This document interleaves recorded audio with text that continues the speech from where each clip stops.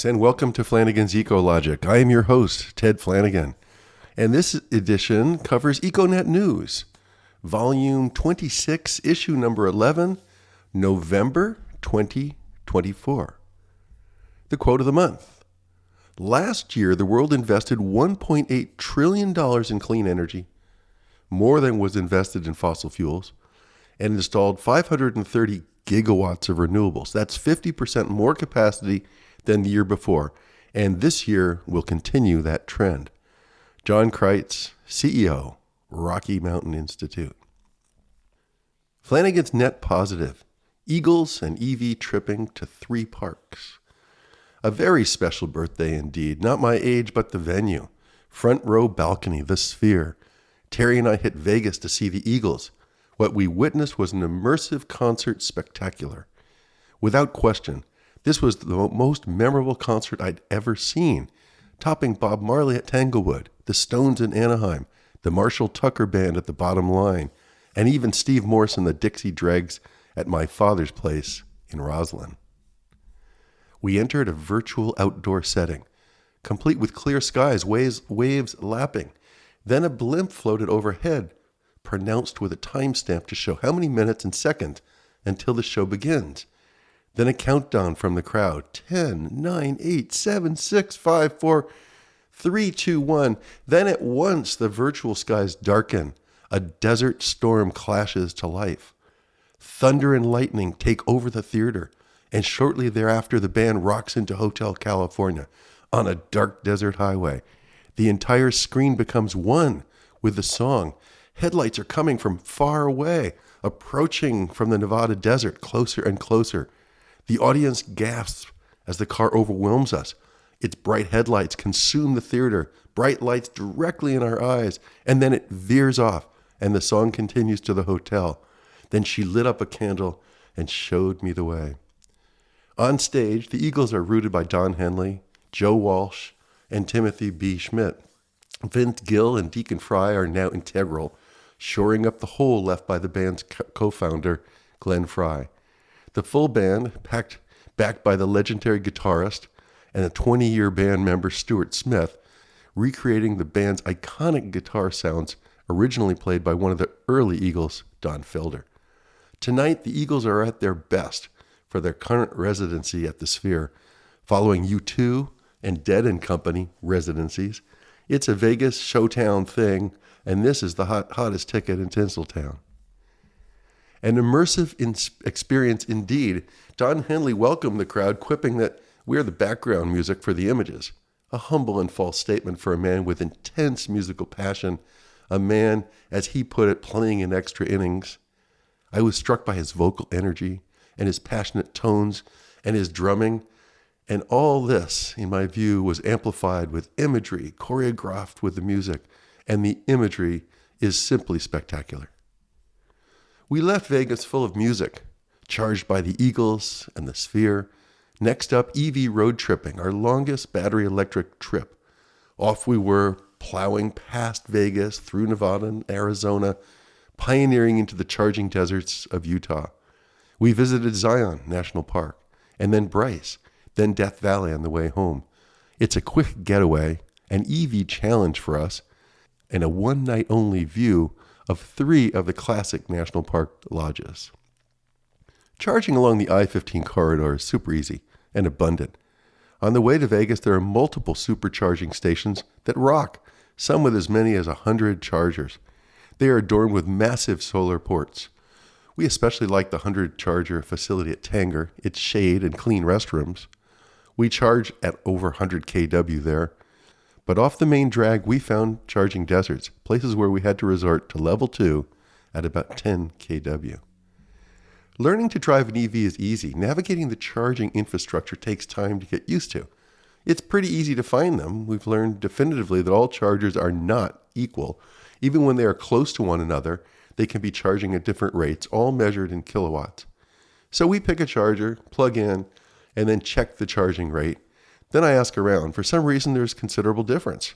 Furthermore, Tesla remotely controls each car's charging rate, slowing down the rate when you attain 80%.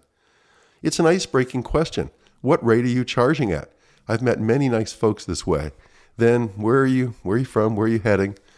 In Cedar City, Utah, I fall in with a guy oh so proud of his new Cybertruck. Immediately, he invited me to sit in it, to take the wheel. Really? I could be a murderer. But I swing into the seat and meet his wife and dog. She smiles. He raves about the truck, its steer-by-wire system, its rear wheels that also steer. Zion National Park. We'd never been there. Passed it many times. It is known for its dramatic geology, the intersection of 3 geographic provinces, the Colorado Plateau, the Great Basin, and the Mojave Desert. We proceed past a checkpoint to the lodge in the heart of the park and our rustic cabin there. The digs were certainly the polar opposite of the Wynn. Clean air, appreciative visitors, breathtaking views, great bus service, super frequent and convenient. It's raining, but we squeeze in a late afternoon hike up to the head of the canyon to the trailhead for the Narrows. It's a highly photographed gorge that's only 20 feet wide in some places with rock walls that soar up to 2,000 feet. Those that visit must walk upstream. We pass well-equipped trekkers completing their adventures adorned with waders and boots provided by local outfitters. We'll be back to do this in the warmth of summer. The next day, we had breakfast in the lodge and then headed out for the Emerald Pool trails. Easy trek to lower Emerald Pools. A bit more effort to get to the upper Emerald Pool, surrounded on 3 sides by magnificent cliffs. I pass under Weeping Rock's tears and then head downriver. Bryce. Some of us Southern Californians forget that there is such a thing as winter. We drove the short leg of our trip to Bryce Canyon National Park and found it cold. A cold wind whipped and chilled us. I was woefully underprepared, a thin and insufficient fleece. It was dark by the time we found the lodge at Bryce Canyon, the iconic lodge in the heart of the park. It snowed that night. We'd been really short on charge that afternoon. Terry's search of the Tesla charging app found that there was a few level 2 chargers near the park, but nothing in the park. I'd had a vision of our lodge having convenient chargers, or at least the visitor center having a few. It sports a really cool dual-axis tracker for PV, but no chargers. We do find the 2 level 2 chargers in funky locations some miles away, one on a dirt alley bordering a hotel with panabode cabins in the town of Tropic. With chargers mounted on a cement block wall, we plug in and take note of less than 10 kW charge. We walk a few blocks to an overpriced general store. Its vegetables are a sorry sight. Level 2 takes forever, and we only charge about 20% there. Later that evening, we hit a second charger, tucked in a dark alley behind a sprawling motel. Ice marked the spot too, but we charged another 20% while enjoying the best meal in that park entrance town. The next day, we wished that we'd stayed longer and gotten a bit more charge. We found out later that we were cutting it too close. Our battery was cold, the mountains unforgiving. It's uncomfortable when your dashboard screen shows that you will arrive at the next charger with less than 5% charge. Once last year, we got down to 3%. Bryce has an average elevation of 8,000 feet. Bryce is not a single canyon, but a series of canyons and bowls carved into the Colorado Plateau. Bryce features the greatest number of hoodoos on Earth. Hoodoos are pillars that have been shaped by wind and water erosion, forming intriguing shapes. The most famous are in the Bryce Amphitheater, a short walk from the lodge. Its towering pillars appear to be a sea of people huddled together to witness the sunrise and sunsets. Some range anxiety as we leave the park. Finally, an hour later, we come down a long grade and at last catch the I-15 corridor southwest to Beaver. By then, our tank is very low, 4 to 5%.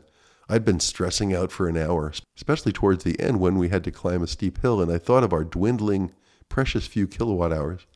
Again, I wish that I'd been more patient with the level 2 charging. Forget about the claims of Tesla's range. Sure, there are lots of variables, but here's a quick lesson we learned.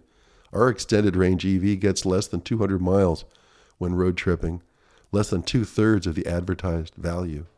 But thanks to diligent planning, we made it. We never ran out of gas or missed it. In fact, charging isn't so bad. In fact, we learned that it could be fun. You take a break, you stretch. In Beaver, we had a delightful chance encounter. We met a young couple charging their Model 3. They're nurses from Redlands, headed to see friends in Colorado. That's road tripping. We fall into conversation about nursing, careers, the Menendez brothers, and more. What a fun and fulfilling 20-minute sync. We had to cut short our conversation. Our wheels were ready to go. Only because of our EV did we have the chance to meet. My psychology professor, Herb Leff, would be proud. Cognitive sets. Not a time to gripe. These are times to recognize rich opportunities, to meet new friends or do a bit of Tai Chi. I used another charging time in North Vegas to scour the car for trash and recycling. That purge felt good. The charge time, productive. Death Valley. Death Valley is in the northern Mojave Desert. Death Valley's Badwater Basin is 282 feet below sea level, considered to be the lowest point in North America. Death Valley, it's just 86 miles as the crow flies from Mount Whitney, the highest point in the continental United States at 14,505 feet. Frank and I climbed that years ago. For Terry and I, the early November temperature was perfect for a Death Valley visit. That evening we sat out on a sweeping veranda, watching the stars and feeling the enormity of the sacred valley. Close to the Nevada border, mostly in Inyo County, California, Death Valley is often the hottest place on Earth. Its name is derived from the deathly heat and dry geography. The valley is in the rain shadow of 4 mountain ranges. Its hottest recorded temperature is 134 degrees Fahrenheit at Furnace Creek. In 1849, a group of 13 pioneers got lost in Death Valley. They were looking for a shortcut to the gold fields of California. While only one member of the group died there, they all had assumed that they would, giving birth to Death Valley's name. We stayed at the Classic Lodge, and indeed we did find 2 chargers there just waiting for us. We plugged in and breathed a sigh of relief.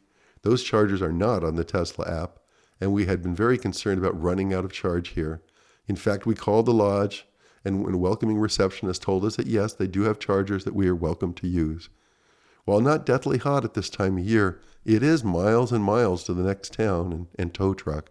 The hotel is an oasis with gorgeous balconies and a naturally heated pool that I christened the next morning. Lots of character, 100 years old. Death Valley is the ancestral home to the Timbishi tribe of Native Americans. The tribe's name comes from the word tumpisa, or rock paint. There's a red ochre paint that can be made from a type of clay in the valley. Minerals later became a profound part of the valley's history. Prospectors mined gold and silver. To this day, one bears witness to lots of mines and lore. Borax was discovered, mined, and extracted from the valley on mule train wagons. What a great getaway. An amazing concert, then a taste of 3 parks, speed dating at Zion, Bryce, and Death Valley. Heading home with plenty of time to regroup. We charged up in Mojave at just over 200 kW, our fastest charging of the trip. Another funky location.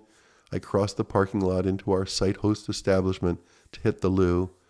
It's a Wiener Stube hot dog place. That's off my diet. Kind of felt bad as I wanted to support the business that supports and hosts our EV charging. Great times, lots of quality windshield time looking out and looking in. Lots of conversation threads over a 6-day trip, from the wind and sphere to the cliffs of Zion, the hoodoos at Bryce, from the moonscape of Death Valley, relishing the Southwest, getting a lot more used to charging, planning the next charge, being the change. Ann Arbor creates a sustainable energy utility. News to me, perhaps CCA light, in the beginning there were electric utilities, some owned by investors and others owned by the cities and farm communities they serve. These utilities own and operate power plants, they transmit power, and they distribute it in our communities, billing us monthly. In addition to electric utilities, many states have enabled community choice aggregators, or CCAs.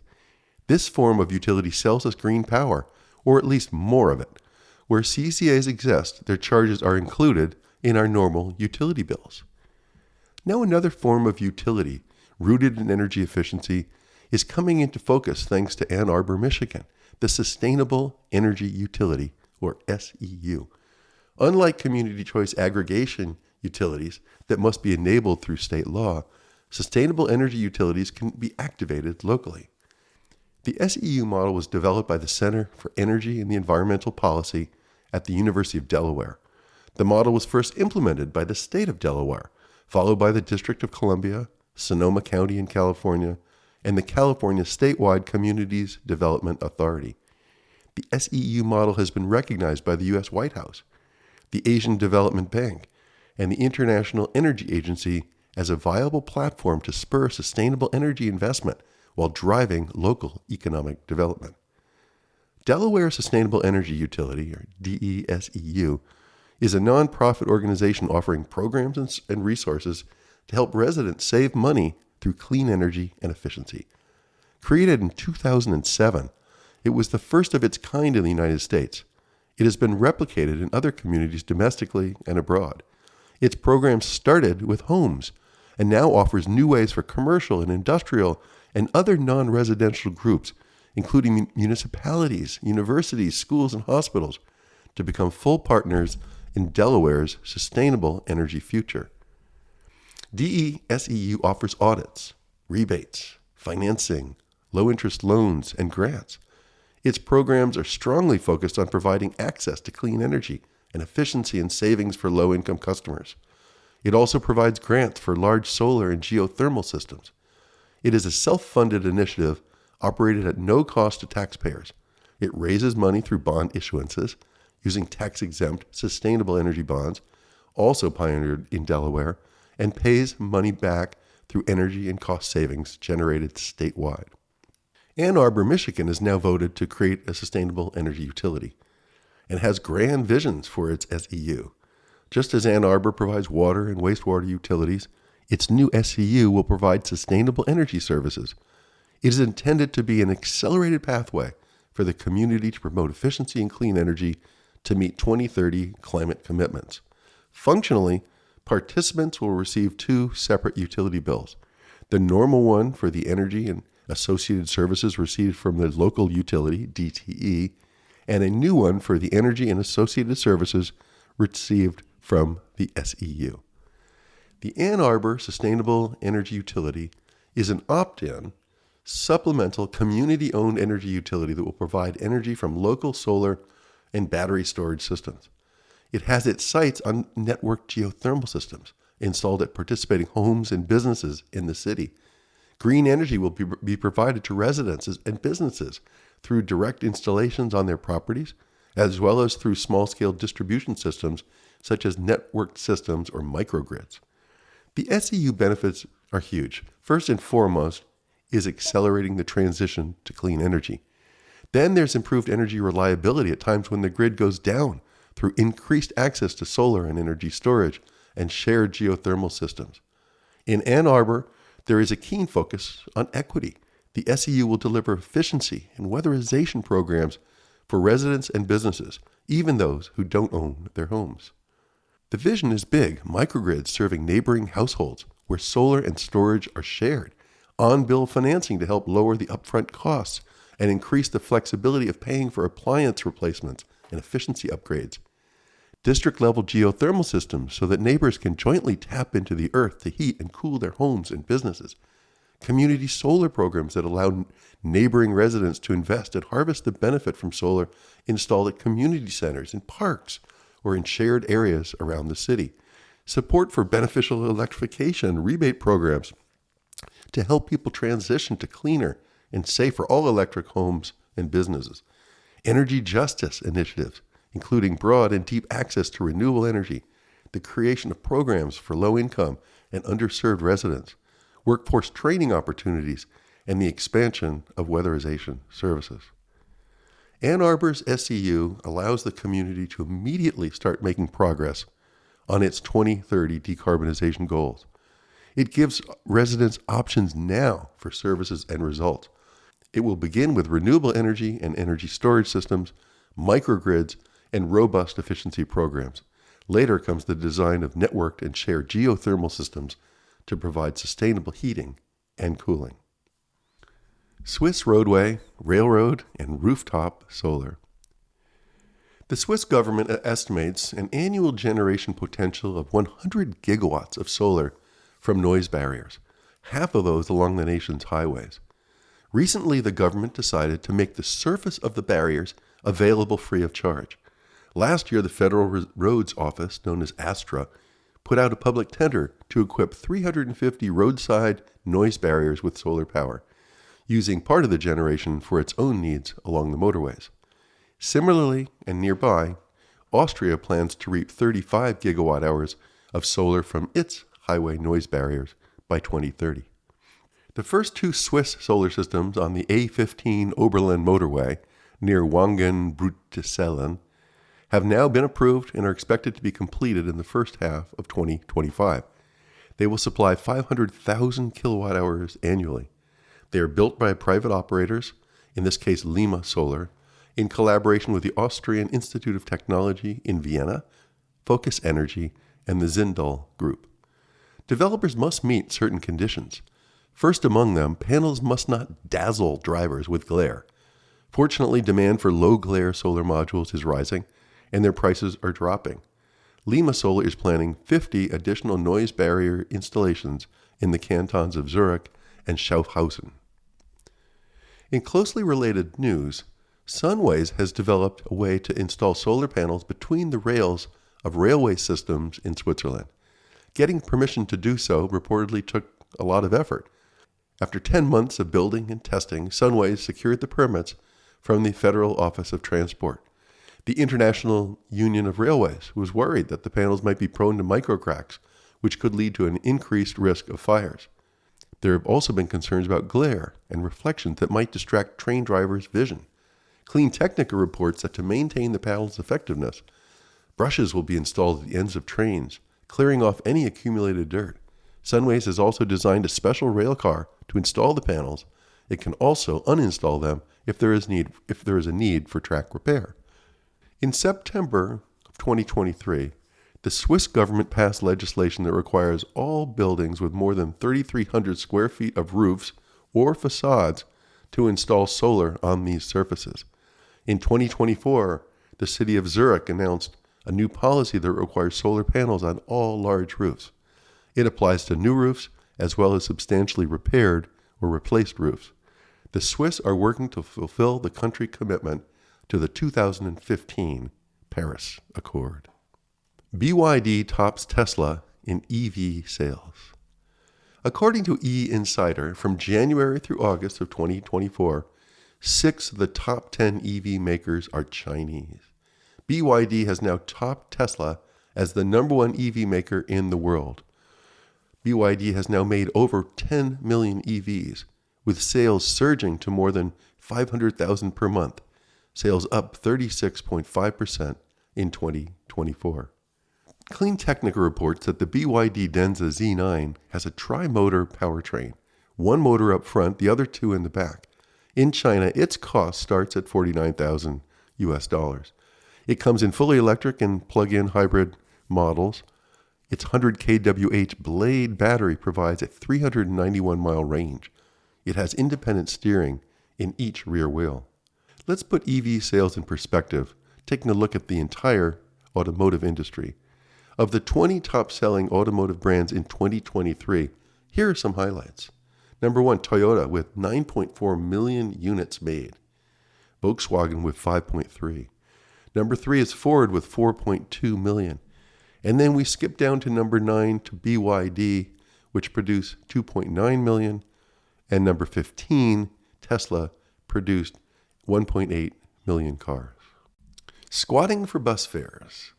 In a town in Romania, you can do 20 squats and get a free bus pass. In a novel program in the city of Cluj-Napoca, a device measures the squats, and when the number required is completed, voila, it prints a bus ticket. The health ticket program initially ran for 4 months and resulted in more than 1 million squats, valued at around 55,000 free bus tickets. Elderly and handicapped riders get free passes in this Transylvanian city.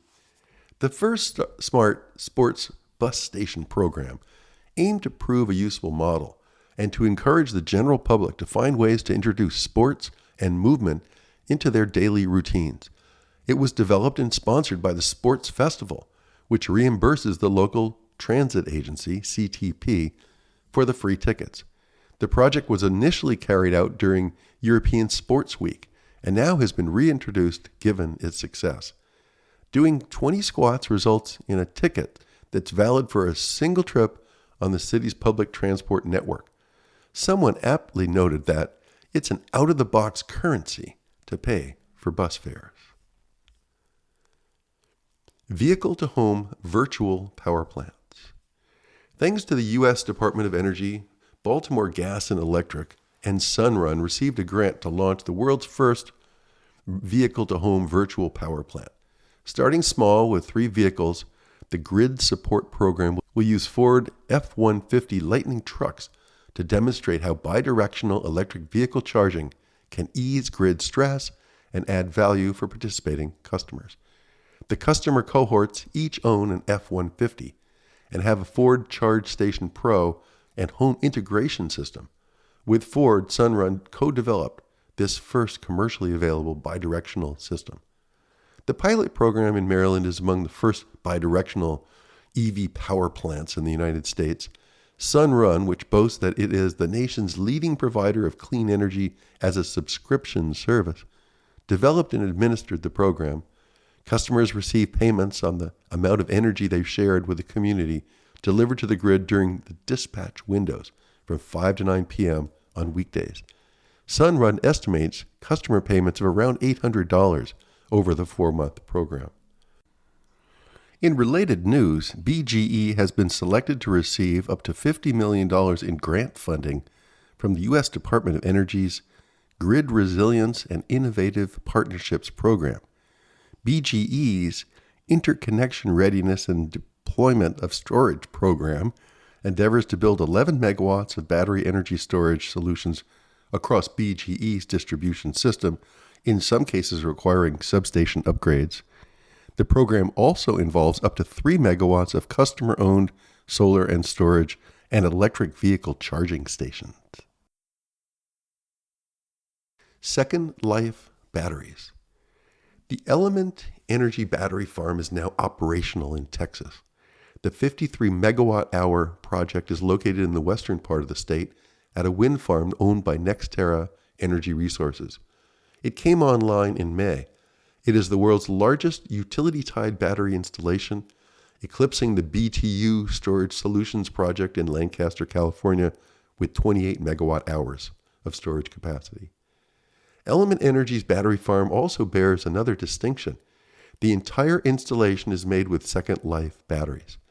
Element Energy's battery farm is made of battery packs that were once in electric vehicles. Element Energy projects 30 to 50% cost savings by using Second Life batteries and through its sorting and safe management of the batteries. They degrade at different rates, thus each battery cell is evaluated and managed according to its condition. Element Energy is working in partnership with LG Energy Solutions, which will package the batteries and configure them to serve as a power plant, complete with inverters and auxiliary equipment. LG will be responsible for maintenance and operations of the energy storage systems through a technology using cell-level battery controls.